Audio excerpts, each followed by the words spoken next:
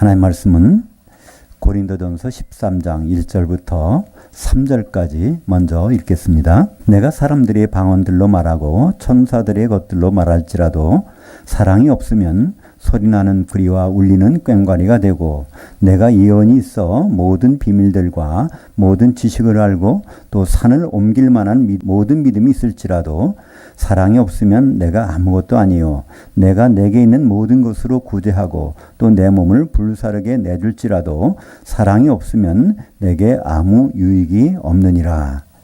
원전으로 다시 보는 고린도전서, 오늘은 13장입니다.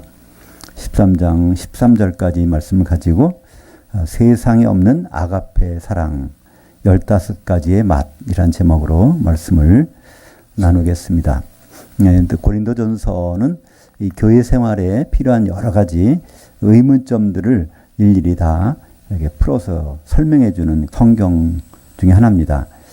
특별히 이제 11장부터는 교회의 예배에 대한 내용들이 계속 나오죠. 14장까지는 교회의 예배 생활에 대해 나옵니다. 11장에서는 그 머리에 쓰는 문제, 여자들이, 그리고 성찬식을 왜 해야 되는지, 뭐 때문에 그걸 하고 있는지, 이제 그 부분을 살펴봤고요. 지난 고린도전서 12장은 교회에 성령의 은사들을 나눠주시는데, 그것은 몸을 이루기 위해서 주시는 연장이다, 이렇게 말씀해 주셨습니다. 그래서 고린도전서 12장의 핵심적인 구절이라고 하면 2장의 13절이었죠. 고린도전서 12장 13절 보면, 우리가 유대인들이나 헬라인들이나 종들이나 자유인들이나 다 한 성령으로 세례받아 한 몸이 되었고 또 다 한 성령을 마시게 하셨느니라. 그래서 성령 안에서 우리는 한 몸이 될 수 있습니다. 성령이 잠길 때만이 한 몸이 될 수 있고, 또 거기 잠겨 있으면 계속해서 성령을 마시니까 성령의 기름이 떨어질 날이 없겠죠. 주님을 만날 때 걱정할 필요가 없어요. 성령 안에 있다 하면. 그런데 고린도전서 12장의 마지막에 보니까 31절에 너희는 더욱 큰 은사들을 사모하라. 내가 또한 가장 좋은 길을 너희에게 보이리라. 그래서 이제는 큰 은사들을 사모하는데 가장 좋은 길을 보이시겠다는 거예요. 그랬더니 13장에 사랑이 나옵니다. 그러니까 사랑이 가장 큰 은사인가 보다, 이렇게 생각하실 때가 있어요. 근데 사랑은 가장 좋은 길입니다. 은사를 사용하는 가장 좋은 방법. 이것으로 사용하지 않는다면 잘못될 수가 있어요. 연장이 아무리 좋아도 잘못 쓰면 그것이 또 해로울 수도 있지 않습니까? 연장은 잘 써야 되는 것이죠. 그래서 보통 가장 큰 은사를 사모하라. 12장이 나오고 13장에 사랑이 나오니까 사랑이 가장 큰 은사인가 보다, 이렇게 하는데요. 우리가 이 말을 좀 신중하게 읽어보면 알 수 있습니다. 12장 마지막에 31절에 너희는 더욱 큰 은사들을 복수해요. 은사들. 그러니까 지금까지 나는 9가지 은사보다 더 큰 것이 많이 있다는 거예요. 네. 근데 좋은 길을 보여주겠다는 거예요. 그거를 많이 갖고 있는 게 문제가 아니라 그걸 얼마나 잘 쓰는가가 중요하지 않습니까? 집에 옷장에 많은 옷이 있더라도요, 너무 많으면 뭘 고를 수도 없잖아요. 그죠? 그러니까 은사가 많은 것이 중요한 것이 아니라 그것을 어떻게 사용하는 것이 좋은 것인가. 그래서 가장 좋은 길, 그것이 이제 오늘 13장에 나오는 아가페의 사랑입니다. 근데 우리는 보통 이 사랑하면 그냥 쉽게 받아들입니다. 사랑? 그거 하면 되지, 이렇게 생각해요. 세 계명을 주셨는데 너희는 서로 사랑하라. 내가 너희를 사랑한 것 같이 너희는 서로 사랑하라. 그거 쉽네, 그래요. 그죠? 근데 사실은요, 그게 불가능한 일입니다. 왜 그럴까요? 거기 사랑은 아가페의 사랑으로 사랑을 하라는 거예요. 그죠? 이 세상적인 사랑으로 사랑하면 안 되고 아가페의 사랑으로 너희는 서로 사랑하라 하는데 그 사랑을 할 수 있는 사람이 없다는 거예요. 사실은. 왜냐하면 아가페의 사랑은 세상에 없기 때문이었습니다. 나도 사랑이 있는데요, 그런 얘기를 해요. 그죠? 친구 간에 큰 우정이 있어. 아주 서로 사랑해요. 근데 그 친구가 배신하지 않는다는 전제에서 사랑하는 거죠. 나를 이용해 먹겠다는 그 생각을 알고 있다면 그거 참 어렵죠? 마찬가지로 남녀 간의 사랑도 그렇지 않습니까? 서로 이끌린 게 있을 때, 팽팽할 때, 좀 뭐 할 때, 그렇지? 쭈글쭈글할 때, 그때는 그런 사랑이, 에로스 사랑은 안 나올 거 아닙니까? 그때 이게 제한적이잖아요. 또 부모 자식 간의 사랑. 끔찍한 사랑이지만 남의 자식은 사랑 안 하잖아요. 그렇게. 그래서 이 세상에 있는 모든 사랑들은 조건이 주어질 때 하는 것인데 아가페 사랑이라는 것은 그 조건이 하나도 없는데도 불구하고 주시는 사랑이죠. 하나님의 독생자까지 죽이게 내주는 그런 사랑을 성경에서는 이제 아가페 사랑이라고 하는데 그 사랑을 설명할 수 있는 방법이 참 힘드니까 갈라디아서에서는 어떻게 하죠? 5장 22절, 23절에 성령의 열매가 나오잖아요. 열매는 사랑과 희락과 뭐 화평과 오래 참음과 그다음에 자비, 양성, 뭐 믿음, 온유, 절제 이것들 9가지가 이렇게 나오는데 이게 성령의 열매다. 그래서 열매에 대해서 얘기를 합니다. 근데 갈라디아서 5장 22절에 보면요. 성령의 열매는 사랑이니 해서 열매는 해서 단수입니다. 사랑 하나밖에 없다는 거예요. 그때 그 사랑이 아가페 사랑이라는 겁니다. 근데 아가페의 사랑을 설명해 주는 수식구가 8가지가 붙어 있어요. 엔드가 아니에요. 그냥 그 단어가 나열돼 있어요. 아가페의 사랑은 거기 뭐가 있어야 돼요? 희락이 있어야 되고 화평이 있어야 되고 그죠? 예. 오래 참음이 있어야 되고 또 뭐 자비, 온유, 양성, 충성, 절제 뭐 이런 것들이 하나라도 빠지면 아가페 사랑이 아니라는 거예요. 여기에 이제 이 전등이 있어요. 이 전등이 스펙트럼으로 이렇게 쭉 나눠보면요. 7가지 색깔이 안 나옵니다. 빨주노초 파남보는 태양빛만이 나오는 거예요. 이런 것들 형광등 같은 거 보면요. 붉은색 계통이 없어요. 아예. 푸른색 계통이 많고. 그러니까 모든 것들은 뭐가 좀 색깔이 빠져 있단 말이에요. 근데 온전히 태양빛만이 이 스펙트럼 딱 보면은 무지개색으로 쫙 나오는 게 유일하단 말이죠.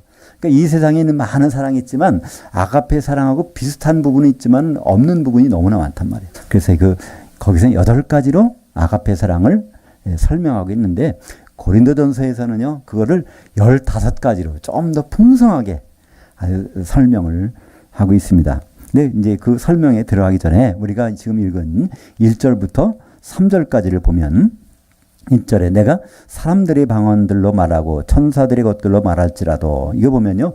여기 이제 방언이 나오는데 사람들의 방언 그리고 천사들의 방언 원래 원문은 그렇게 돼 있어요. 그러니까 사실 이 방언이라고 하는 말은 이제 고린도전서에서 사용되는 방언은 성경의 다른 데서 나오는 방언하고는 차이가 있습니다. 고린도전서에서 나오는 방언은 글로사라고 하는데 글로사라는 것은 혀가 진동해서 나오는 그런 혀의 진동이라는 뜻이에요. 글로사라는 것은.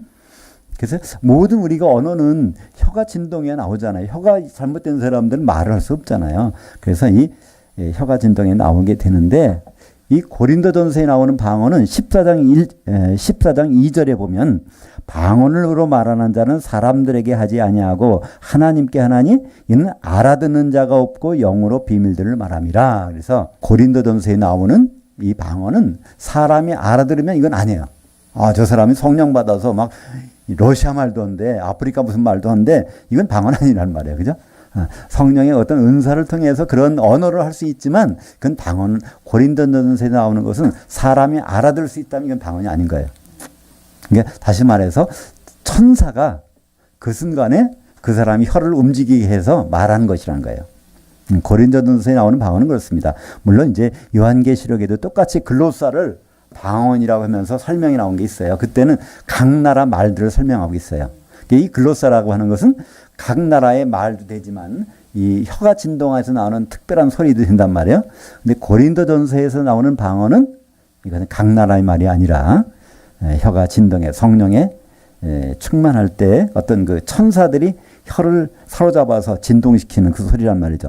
근데 그런 소리를 한다고 할지라도 이 아가페 사랑이 없으면 아무것도 아니라는 거예요.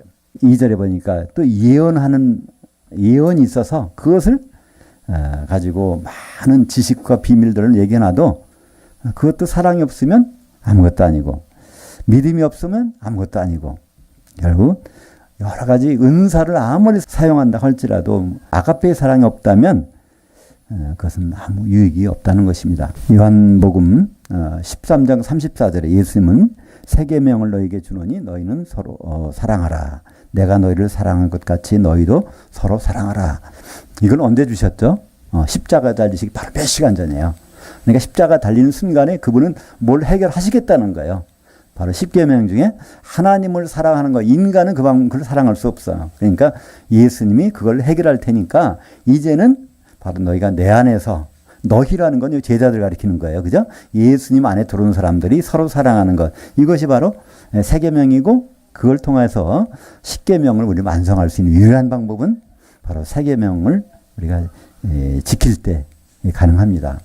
근데 이것이 보통 이게 쉬운 게 아니라는 거예요. 아까도 말씀드린 것처럼 아가페의 사랑으로 사랑한다는 거는, 이 아가페 사랑 내가 있으면 괜찮아. 내가 있는 물건으로 나눠준다는 건 내가 실컷 줄 수 있어요. 근데 나는 없는데 그걸 나눠준다고 생각해 보세요. 이건 불가능한 일 하잖아요. 그렇죠? 그래서 이 아가페 사랑은 어떻게 받을 수 있을까요? 이제 로마서 5장 5절에 나오지만 성령을 통해서만 받을 수 있는 사랑이야.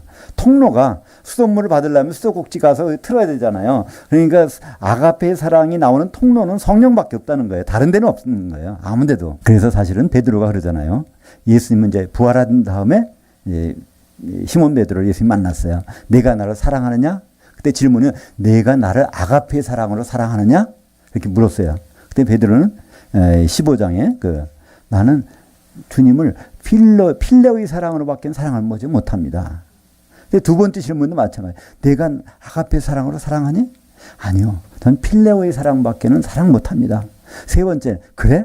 그렇다면 한번 솔직히 얘기해보자. 내가 그럼 필레오의 사랑으로 사랑할 수 있어? 그랬더니 베드로는 근심해 있는 거예요. 그래서 주님이 세 번째 질문이 달라졌어. 그럼 내가 진짜 필레오의 사랑으로 사랑할 수 있나? 근심하다가, 그죠? 예, 주님이 하십니다. 그리고 끝나는 거예요. 왜 그럴까요?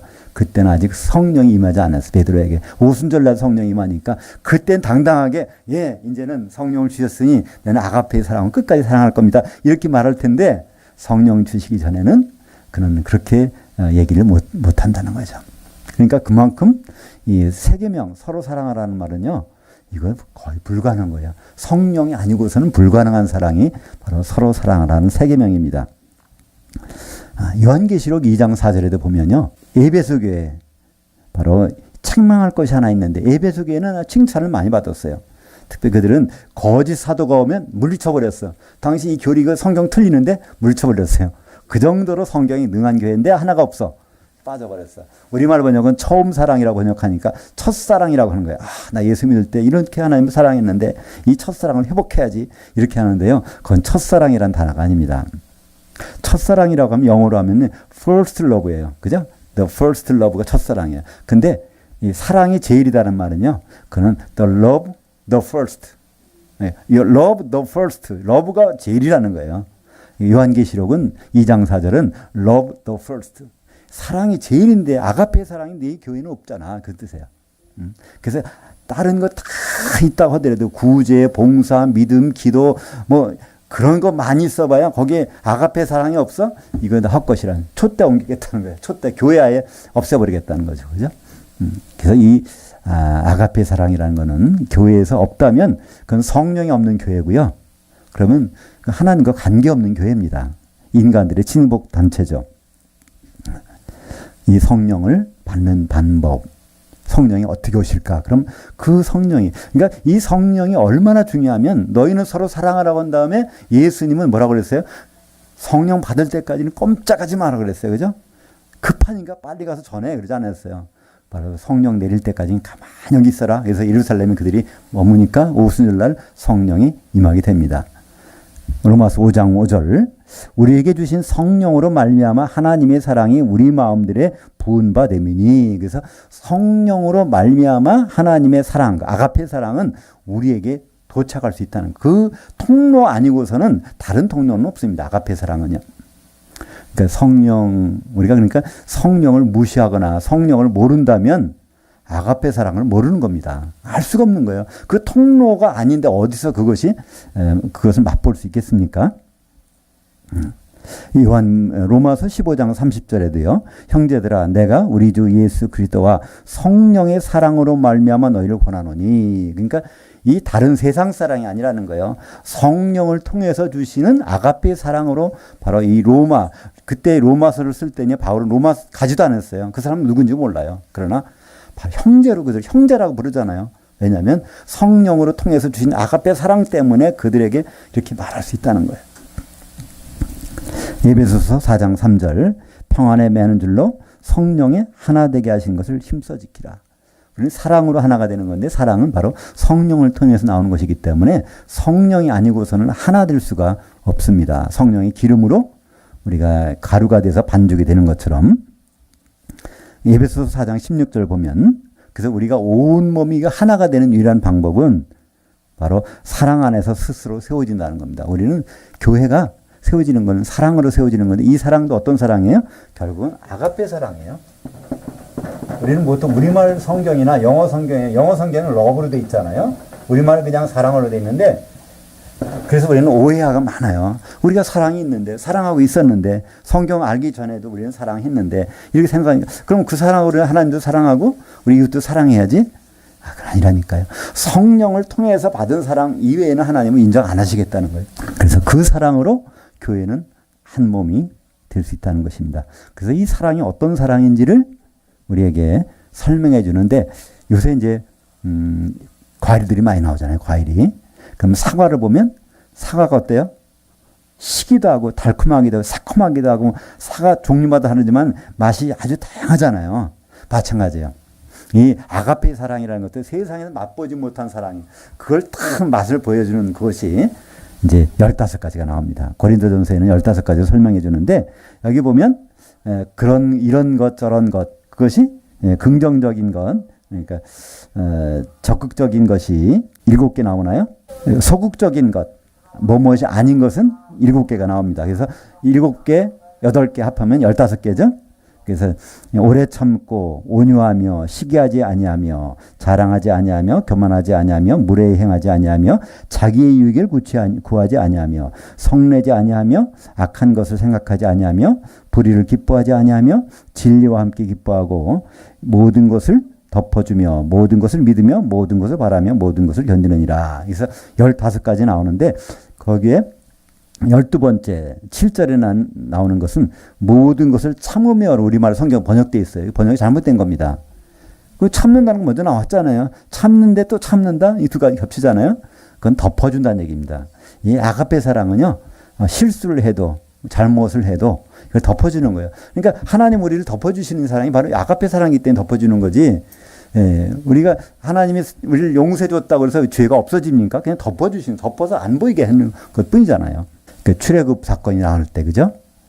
그 집안에, 거기 죄인도 있고, 뭐 별 사람 다 있는데, 피로 그냥 문에다 탁 덮어버리니까 그냥 지나가잖아요.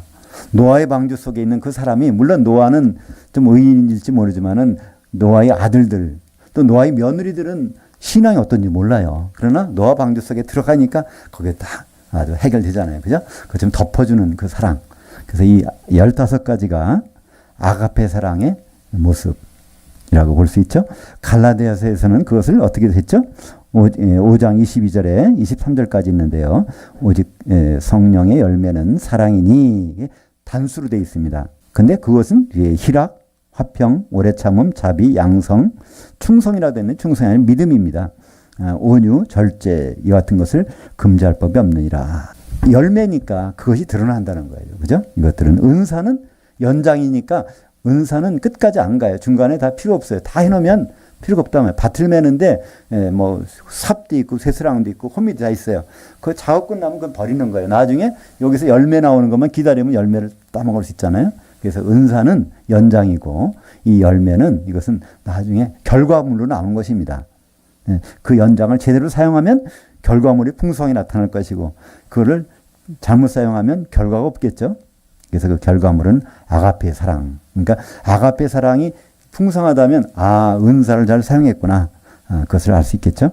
그 사실은 갈라디아서 5장에 나올 때 그것은 성령의 열매는 아닙니다. 거기서 영의 열매예요. 육에 속한 사람은 이런 일을 하는데 영에 속한 사람은 이런 일. 일을 한다. 근데 우리가 영의 열매라는 것은요, 결국 우리 영이 개인적으로 할 수 있는 것이 아니잖아요. 성령께서 우리와 더불어 하시기 때문에 열매가 나오기 때문에 성령의 열매라고 볼 수도 있어요. 그런데 단어 자체는 영의 열매라는 뜻입니다. 우리가 영이 열매를 맺으려면 성령을 통하지 않고서 열매가 안 나오니까. 그래서 사실은 성령의 열매는 따로 나와요. 그것이 로마서 8장 23절에 보면 그뿐 아니라 또한 우리 곧 성령의 처음 익은 열매를 가지고 있는 우리까지도. 그러니까 예수님이 성령의 처음 익은 열매예요. 그죠? 우리는 그분이 처음 익은 열매니까 우리도 결국은 그렇게 된다는 거예요. 감나무에서 처음으로 감이 열리면 그 다음에 우리도 이제 감을 따는 것처럼 예수님이 부활이 진짜 그런 부활을 했기 때문에 우리도 부활할 때 예수님 몸처럼 그렇게 아주 그런 몸으로 부활된다는 그런 열매, 성령의 열매를 거기서 말씀하고 있습니다. 그러나 우리가 이제 우리 영적인 우리 영이 성령을 통해서 맞는 열매, 그것이 이제 아가페 사랑인데 고린도 전서에서는 15가지로 말씀하고 있습니다. 그러니까 고린도전서 15장 20절에 보면 그 말씀이 있죠. 그러나 이제 그리스도께서 죽은 자들 가운데 다시 살아나사 잠자는 자들의 첫 열매가 되셨도다. 그래서 예수님은 첫 열매고 우리는 그 첫 열매 맺은 것을 확실히 아니까 자신이 하는 거예요. 그죠? 예수님 부활한 몸을 알고 있으니까 우리도 부활할 때는 그런 몸이 되겠지. 그것을 알게 되는 것입니다. 에베소서 3장 16절입니다. 그의 영광의 풍성함을 따라 그의 성령으로 말미암아 너희 속사람을 능력으로 강건하게 하시오며 믿음으로 말미암아 그리스도께서 너희 마음에 계시게 하시옵고 너희가 사랑 가운데서 뿌리가 박히고 토가 굳어져서 모든 성도와 함께 지식에 넘치는 그리스도의 사랑을 알고. 그러니까 아가페 사랑을 아는 방법은 모든 성도가 같이 알아야 된다는 거예요. 혼자는 알 수가 없는 거야, 아가페 사랑은. 그래서 이걸 길이와 높이와 깊이 이걸 다 하려면 서로 이쪽에서 그걸 재서 아가페 사랑, 그래서 비로소 알 수 있다는 거예요. 그러니까 우리가 아가페 사랑은 개인적으로는 이거는 불가능한 사랑입니다. 맛볼 수도 없고요, 할 수도 없는 사랑이. 그래서 에베소 3장 16절, 3장 18절에 보면 능히 모든 성도와 함께 지식에 넘치는 그리스도의 사랑을 알고. 그러니까 성도들을 통해서 아가페 사랑을 같이 한다는 거예요. 그 사랑의 넓이와 길이와 높이가 어떠함을 깨달아 하나님 모든 충만하신 것은 너에게 충만하게 하시기를 원하노라. 그래서 그 사랑의 아가페 사랑은 그 폭이 얼마나 큰지 몰라요. 또 그 길이가 얼마나 큰지 몰라. 또 그 높이가 얼마나 큰지 몰라. 깊이가 얼마나 근데 이것을 모든 성도와 함께 이것을 알아가는 것. 나는 이런 하나님을 알고 있어요. 그럼 다른 분은 또 이런 하나님을 알고 있다는 거예요. 그걸 다 합해보면 진짜 우리는 아가페 사랑의 하나님을 알 수가 있는 것이죠. 8절입니다. 8절부터 10절까지 읽겠습니다. 한번 같이 읽어볼까요? 사랑은 언제까지나 떨어지지 아니하되 예언도 패하고 방언도 그치고 지식도 패하리라. 우리는 부분적으로 알고 부분적으로 예언하니 온전한 것이 올 때에는 부분적으로 하던 것이 패하리라. 사랑은 언제까지나 떨어지지 않고 있는 거예요. 이 언제까지나라는 것은요, 주님 오실 때까지 이 사랑은 없어질 수가 없다는 거예요. 그렇잖아요. 우리 사랑으로 하나가 돼 있는데 중간에 한 몸이 안 되면 큰일 나는 거예요. 그죠? 그럼 끝까지 사랑은 우리한테 있어야 되는 건데, 예언도 패하고 방언도 그치고 지식도 패하리라. 이건 연장들은 쓰고 나면 버리잖아요. 그죠?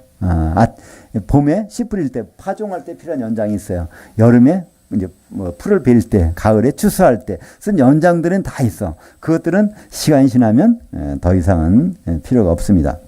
그러니까 부분적으로 우리는 이것들이 지금 필요한데, 온전한 것이 올 때는 부분적으로 하던 것이 패하리라. 이 온전한 것이 무엇일까요? 일반적으로는 예수님이라고 그래요. 그죠? 재림하시는 분이 오시면 이거 다 필요 없다. 이렇게 얘기하는 거예요. 근데 여기서 온전한 것은 중성입니다. 만약에 이것이 예수님으로 표현한다면 남성 단어를 썼을 거예요.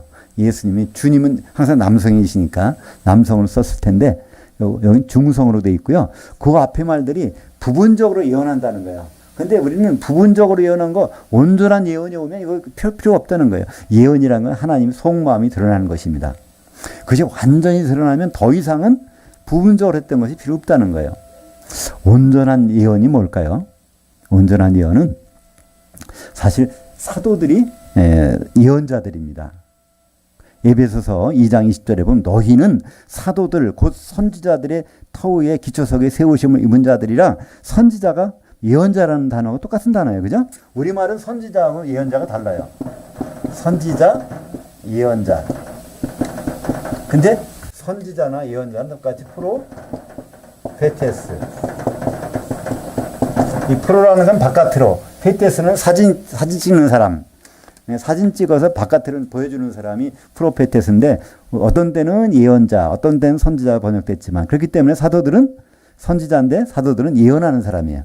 그러니까 사도들이 다 예언을 끝나면 이것이 온전한 것이라는 거예요. 모든 사도들이 예언이 끝났어. 그것이 뭐죠? 신약성경.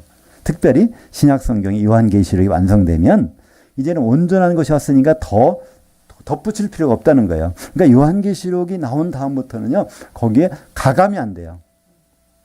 요한계시록 22장 18절에 이 예언의 말씀 중에 하나라도 이걸 더하면 여기 나오는 모든 재앙을 더해준다는 거예요. 그러니까 이 요한계시록 나오는 재앙을 한 가지만 더해도 우리는 감당을 못할 텐데, 거기 나온 재앙을 다, 마지막 재앙이 뭐죠? 불못에 들어가는 거. 그것까지 감당을 못하잖아요. 거기에 더하면 그렇다는 거예요. 그러니까 이게 참 심각한 문제죠. 나도 모르게 더할 수 있잖아요. 또 거기에 대해서 감하면, 요한계시록 22장 19절에는 그걸 거기서 하나라도 감하면 생명나무 구경도 못하고 새 예루살렘에 들어가는 것 안 된다. 새 예루살렘 바깥에는 불못이잖아요. 그러니까 요한계시록을 한 가지라도 더하거나 거기 있는 내용에서 한 가지를 뺀다면 그건 불못이라는 거예요. 근데 이것을 아는 사람이 요한계시록을 안 읽을 수 있겠어요?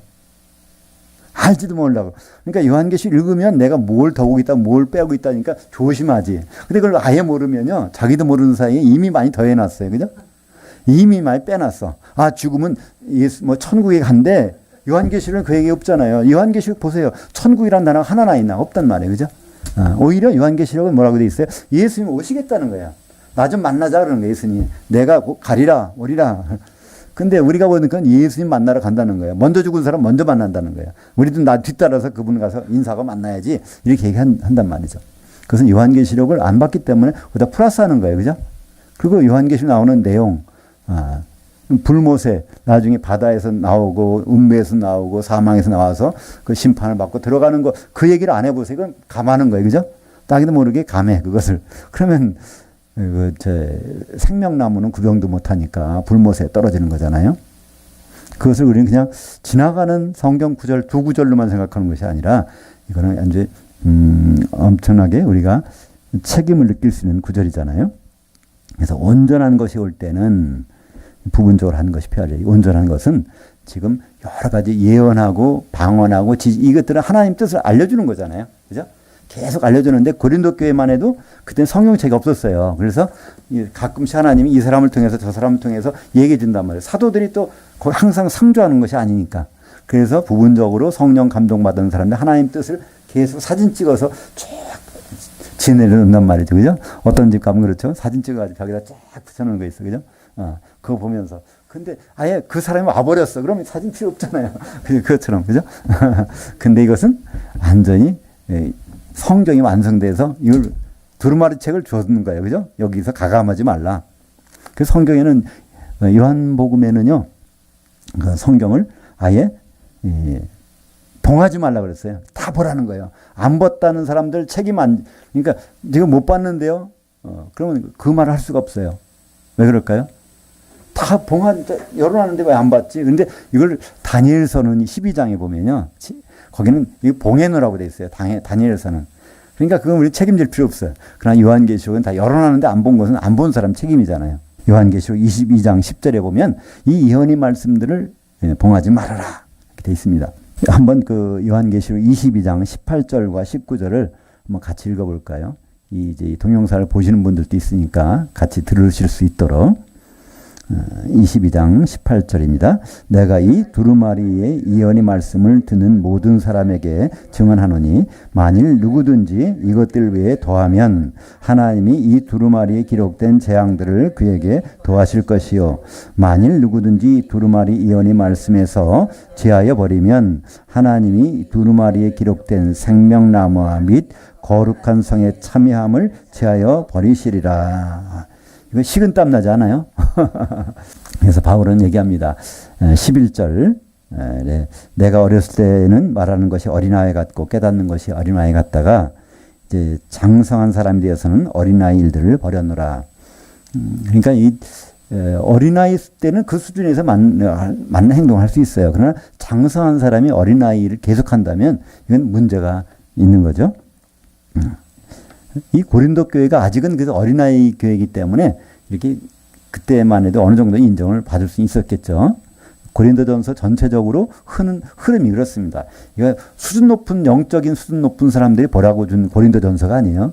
고린도전서 3장 1절과 2절에 보면은 이게 이제 영적인 사람들에게 도저히 말할 수 없, 수준이 너무 낮아가지고 지금 아주 그 젖먹이와 같이 나는 지금 편지를 쓰고 있다는 거예요. 그러니까 고린도전서 1장부터 16장까지 내용은 아주 영적인 수준이 쫙 바닥인 사람, 그 사람에게 주는 편지란 말이에요. 그죠? 그러니까 방언한다, 예언한다 막 떠드는데 그게 문제가 아니라는 거예요. 중요한 건 어떻게 사용하는가 너무나 중요하다는 것이죠. 히브리서 6장 1절 그러므로 우리가 그리스도의 초보를 버리고 죽은 행실을 회개함과 하나님에 대한 신앙과 씻는 것들과 안수와 죽은 자의 부활과 영원한 심판에 관한 교훈의 터를 다시 닦지 말고 완전한 대로 나갈지니라. 이것은 이제 성막을 염두에 두고 이 말을 하고 있는 거예요. 성막의 뜰에 들어갔어요. 거긴 번제단이 있고요. 또 물두멍이 있어. 그러니까 거기서 왔다 갔다 하지 그 성소에를 안 들어가려고 한다는 거예요. 성소는 제사장들만 들어갑니다. 그러니까 제사장들이 거기까지 안 들어가. 그러니까 이 제사장이 성소에 들어가야 물건을 향을 준비해 가지고 지성소까지 갈 수가 있잖아요. 그러니까 지성소는요 다른 비상구가 없어요. 지성소 들어가려면 성소로 들어가는 거기밖에 없단 말이에요. 근데 성소를 안 들어가고 그냥 울타리 들어가가지고 거기서 왔다 갔다 하는 거. 이게 6가지 내용이 다 그거거든요. 죽은 행실을 회개하는 거. 그 회개하지 말라는 것이 아니에요. 그것에 머물러 있지 말라는 거지. 그리고 하나님에 대한 신앙과 이거 하나님의 신앙으로 머물러 있으면 안 돼요. 유대인들이 거기 머물러 있어서 예수 그리스도를 믿지 않잖아요. 그들은 예수 그리스도를 압니다. 하나님을 믿는데. 그죠? 그리고 씻는 것들. 여기서 계속 뭐 잘못했습니다. 그것만 하고 있는 거예요. 그게 나쁜 건 아니지만 거기 머물러 있으면 안 된다는 것이죠. 이게 안수라는 거. 안수는 자기 죄를 전가할 때 하는 거예요. 그죠? 안수해서 짐승에 안수해가지고 전가시켜서 또 자기 죄 문제를 계속 가지고 해결하려고 하는 거. 그 다음에 부활, 죽은 자의 부활. 죽은 자의 부활만 보면 이건 죽은 자의 부활이라는 건 다 하잖아요.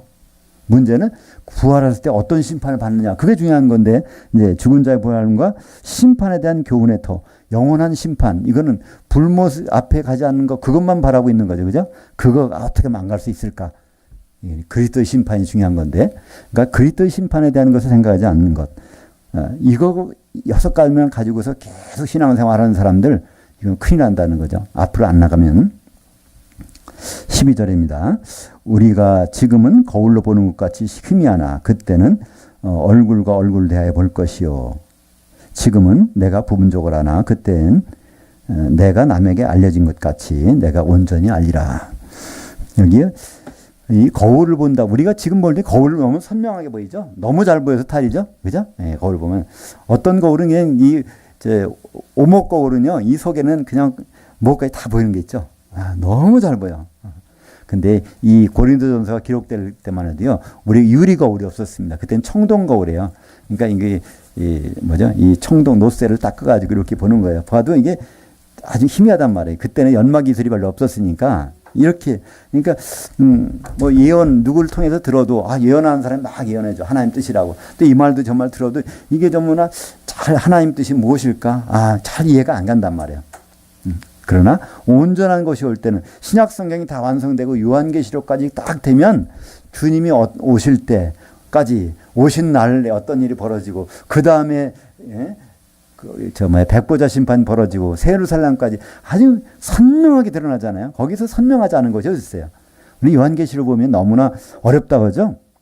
그건 어렵다기보다는 우리가 잘 안 봐서 그래요.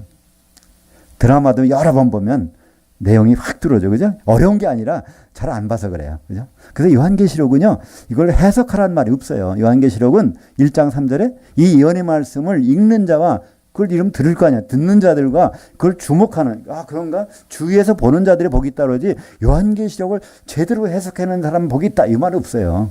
근데 그걸 잠깐 우리 해석하려고 그래요.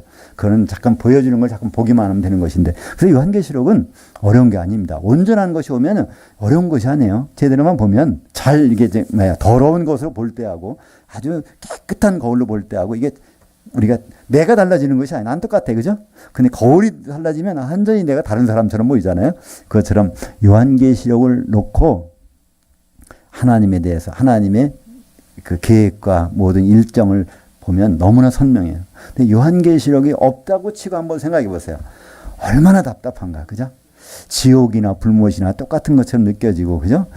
이 백보자 심판이나 그리스도 심판되는 거 똑같이 느껴지고, 또 예수님이 지상으로 오실까, 공중으로 오실까, 이것도 잘 구분도 안 가고, 그죠?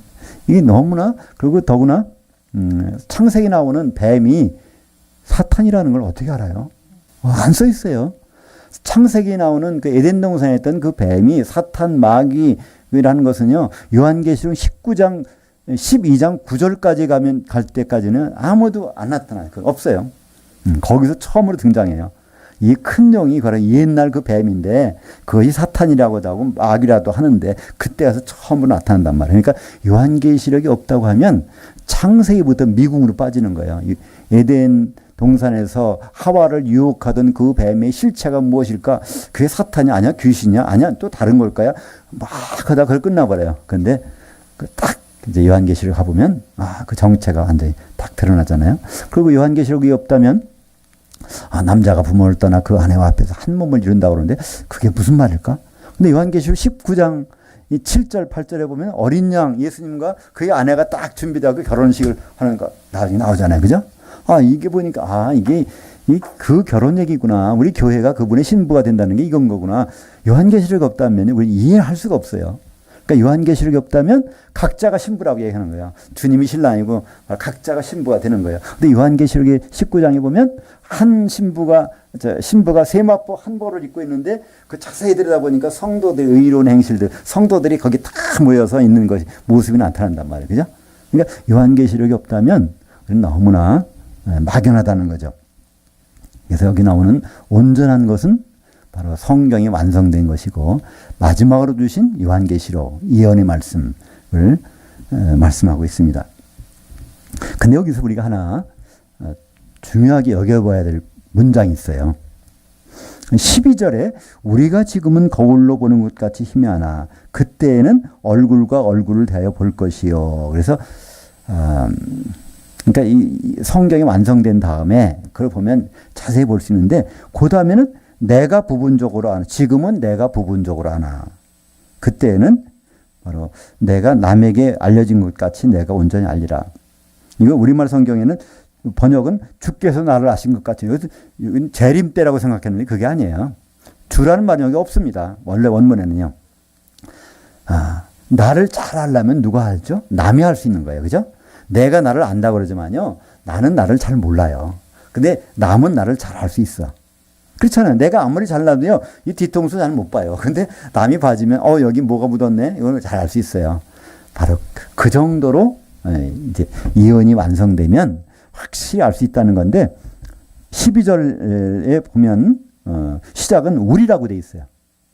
근데 그 다음에, 우리가 지금은, 그 다음에 지금은 내가, 이렇게 돼 있단 말이에요. 이 내가가 누구냐는 거예요. 우리는 좀 우리가 이해가 갈 수 있어. 내가 부분적으로 하는 게 사도 바울일까요? 사도 바울이 아닙니다. 그래서 우리라는 것은 우리가 각 지체가 있으면 여러 복수예요. 그죠? 근데 이게 정말 이제 주님 안에서 하나가 되면 그러면 이게 내가 되는 거예요. 우리의 단수는 나잖아요. 그죠? 우리가 한 덩어리가 됐다고 생각해 봐요. 그러면 우리 전체가 각자가 다 우리를 얘기하는 거잖아요. 그래서 이 성경에서는 이 복수를 단수로 취급하는 경우들이 굉장히 많이 나옵니다. 대표적인 예가 창세기 1장 1절이죠. 태초에 하나님이 천지를 창조하시니라. 그때 주어는 누가 창조해요? 엘로힘이 창조하세요. 그죠? 엘로힘. 엘로힘은요, 이거는 삼위 하나예요. 성부, 성자, 성령이 복수란 말이에요. 이거는 엘로힘이. 근데 창조하시니라. 이거는 빠라는 단수예요. 그죠? 네, 복수의 하나님이 단수로 하셨다는 거예요. 그게 이제 우리가 지금 여럿이 있어요. 근데 결국은 우리는 하나가 돼야 되는 거예요. 요한계시록 보면 그렇게 나오죠? 요한계시록 2장에 보면 성령이 교회들이가 말씀하시는데, 그건 너는 이렇게 얘기해요. 그죠? 너는. 그 너라는 것은요, 이 교회 성도들이 다 한 덩어리가 됐다는 걸 전제하에서 너라고 얘기하는 거예요. 그죠? 예. 그러니까, 예수님이 마태복음, 그렇지만 마가복음에서도 그런 말씀 하잖아요. 마태복음에서 그렇고. 바로 내 손이 범죄하면 그거를 찍어내버리라. 내 발이 범죄하면 이렇게. 그러지 않으면 잘못하면 지옥에 다 들어간다는 거예요. 그때 왜 너라고 할 거예요? 갑자기 너희는 얘기하다가 갑자기 너라고 얘기해요. 한 몸이 됐을 때 몸에 붙어있는 손에 해당되는 지체, 몸에 붙어있는 발에 해당하는 지체, 몸에 해당되는 범죄한 눈에 대한 지체, 이것 얘기한단 말이죠. 교회가 흠이 없어야 되는데 지체 중에 뭐가 있을 때, 그래서 그때는 너라고 하는 것은 개인을 얘기하는 것이 아니라 바로 하나 된 교회를 얘기하고 한단 말이죠. 여기서도 고린도전서 13장 12절에도 우리라고 시작했다가 그 다음에는 내가 부분적으로 하나 그리스도 안에서 한 몸 된 우리를 이걸 동사를 단수로 써서 그러니까 나로 얘기한단 말이에요. 그렇죠? 여기서 원래 나란 말이 아니라 헬라 말은요 동사가 주어를 같이 표시합니다. 영어는 그렇지 않잖아요. 주어 동사 같이 있어야 되죠. 그래서 I am, you are 이렇게 되잖아요. 근데 이건 영어만 그렇지 프랑스어나 스페인어나 독일어 같은 경우는 주어가 대부분 빠져요. 없어요. 그냥 am 이렇게 하면 되는 거예요. am은 I가 있는 거구나. 이거 아니까. 근데 영어만 반드시 그걸 넣게 돼 있는데 헬라 말도 마찬가지입니다. 원래 주어는 되게 없어요. 우리말 번역하다가 집어넣은 거란 말이에요. 그러니까 이 복수에서 단수가 되는, 우리가 이제 단수가 되는 그런 것으로 한 몸이 된 상태에서 우리는 부분적으로, 교회가 부분적으로 알지만 이제 그때 완전한 성경이 완성돼서 예언의 말씀이 나오게 되면 우리는 하나님에 대해서 선명하게 알 수가 있게 되는 것이죠. 요한계시록 1장 1절에 보니까 예수 그리스도의 계시라 이는 하나님이 그에게 주사 반드시 속히 일어날 일들을 그 종들에게 보이시려고. 그러니까 일어날 일들을 이걸 이제 마지막으로 보여주시는 거예요. 이게 온전한 것이 오니까 이게 다 보여지잖아요. 그죠? 이거를 보면 다 알 수 있어요. 근데 이것을 안 보면 부분적으로만 알다가 끝나는 거죠.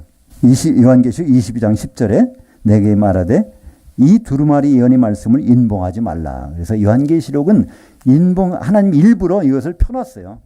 읽어보라고. 누구에게? 그의 종들에게. 왜? 속히 될 일을 알려고. 그래서 이걸 다 해서 읽는 사람이 있고 듣는 사람들이 있고 이것을 주목해보는 사람이 분명히 있을 텐데 그 사람들은 복이 있으리라. 마카리오스.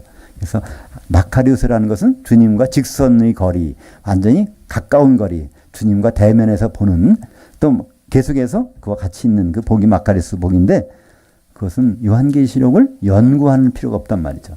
그것을 읽으면 돼요. 이거 봉해놓지 않았으니까. 만약에 봉해놨다면 해석해야 되겠죠.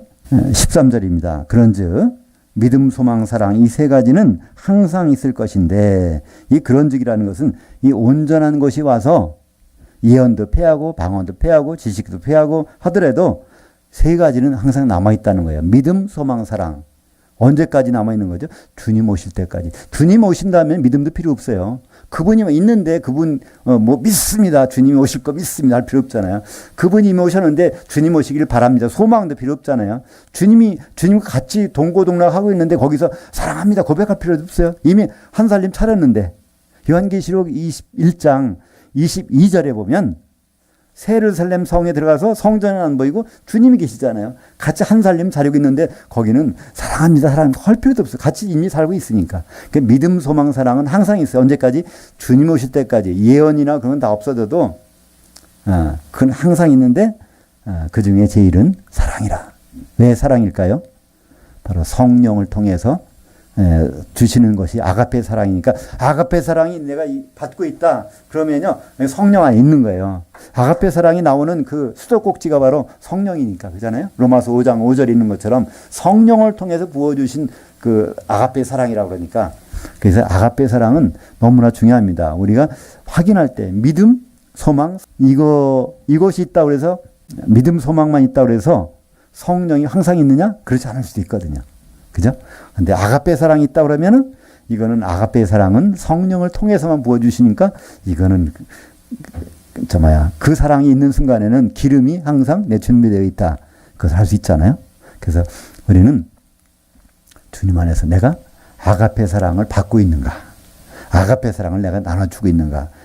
그것이 있다면요. 주님 언제 오셔도 관계없어. 기름 준비된 거니까. 근데 아가페 사랑 아닌 거 가지고 아가페 사랑을 착각하면 큰일 나잖아요. 그죠?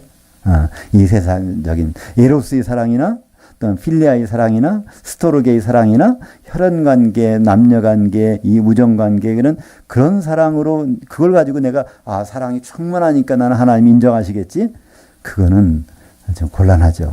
그래서 오늘은 고린도전서 13장은 아가페 사랑을 강조하기 위해서 15가지 맛을 집어넣잖아요. 얼마나. 그러니까 여기에서 한 가지를 빠지면은 이 아가페 사랑이 아니라는 거예요. 이게 빠지면은 그것은 에로스나 스토르게나 또는 그 필리아나 그 밖에 다른 사랑이 될 수는 있어요. 이 몇 가지만 가지고도. 그러나 아가페 사랑은요. 적어도 15가지가 항상 맛이 있다는 거예요. 그러니까 이 15가지 맛이 안 나면요. 내가 받고 있는 사랑이 아가페 사랑이 혹시 아닌가? 한번 생각해 보셔야 돼요. 이 사랑의 통로가 성령이 아닐 수가 있거든요. 성령은 바로 그 통로를 통해서 우리에게 아가페 사랑을 부어주십니다. 세상에 없는 아가페 사랑. 오늘 고린도전서에서 15가지 맛을 봤습니다. 기도하겠습니다.